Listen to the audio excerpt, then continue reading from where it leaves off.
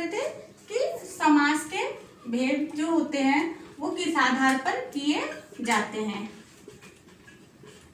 जो समास के भेद किए जाते हैं वो मुख्य रूप से पदों की प्रधानता के आधार पर किए जाते हैं कि पूर्व पद प्रधान है या उत्तर पद प्रधान है। ठीक है, दो पद होते हैं, एक पूर्व पद होता है, एक उत्तर पद होता है। यानी इनमें से जो प्रधान पद होता है उसके आधार पर आप इसके समास के भेद बता सकते हो। तो जिसमें पूर्व पद पहले होता है, पूर्व पद अगर प्रधान हो तो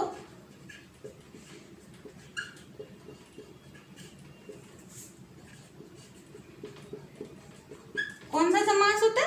अव्ययी भाव समास कहलाता है। ठीक है, और अगर दूसरा होता है अगर उत्तर पद प्रधान हो तो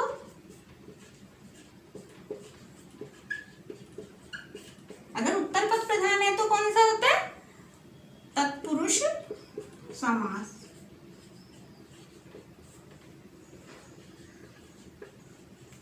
जहां पर दोनों ही पद प्रधान होते हैं, अगर किसी सामासिक पद में या शब्द में दोनों पद प्रधान हो या यूं कहें कि दोनों ही पद समान महत्व रखते हैं तो कौन सा समास होता है? द्वंद्व समास। और अगर चौथी चीज आती है, अगर दोनों पदों में से कोई भी पद प्रधान नहीं हो या दोनों ही पद प्रधान नहीं हो, दोनों ही पद प्रधान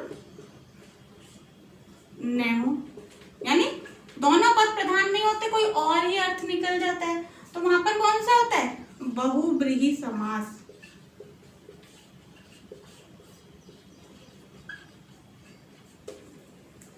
यानी जो समास के मुख्य भेद किए गए हैं, इसमें एक चीज बताऊंगी, कुछ लोग मानते हैं कि 6 भेद है, वो मैं बाद में समझा दूंगी, लेकिन जो मुख्य भेद किए जाते हैं वो इसी आधार पर किए जाते हैं कि सामासिक पद में कौन सा पद प्रधान है, पूर्व पद प्रधान है या उत्तर पद प्रधान है। अगर पूर्व पद प्रधान हो तो अव्ययी भाव समास होता है, अगर उत्तर पद प्रधान हो तो तत्पुरुष समास होता है, और दोनों पद प्रधान है तो द्वंद्व समास होता है। दोनों ही पद प्रधान नहीं होते, कुछ और ही अर्थ होता है, तो वहां पर बहुब्रीहि समास होते हैं। अब जो 6 भेद किए जाते हैं उनमें से जो भेद होते हैं वो एक तरह से तत्पुरुष समास के भेद होते हैं।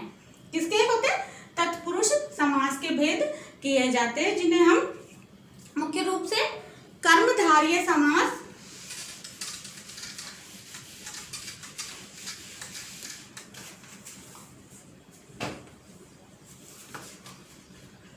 कर्मधारय समास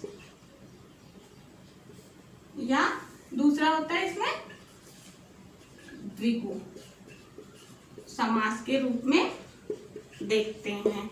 यानी दो ये भेद और होते हैं, ये किसके होते हैं? लेकिन हम ये कह सकते हैं तत्पुरुष समास के ही भेद होते हैं। तत्पुरुष समास के भेद कैसे होते हैं?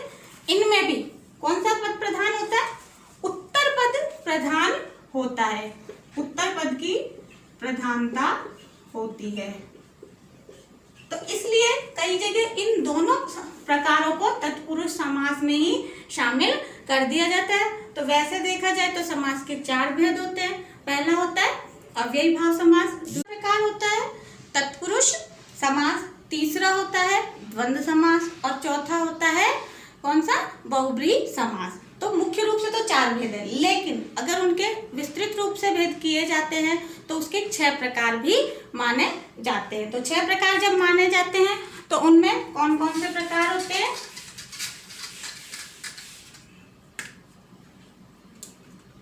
पहला अव्ययी भाव समास,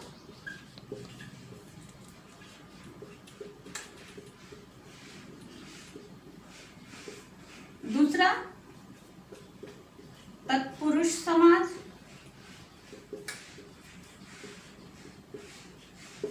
तीसरा द्विगु समास, या हम कर्मधारय को भी ले सकते हैं, चौथा कर्मधारय समास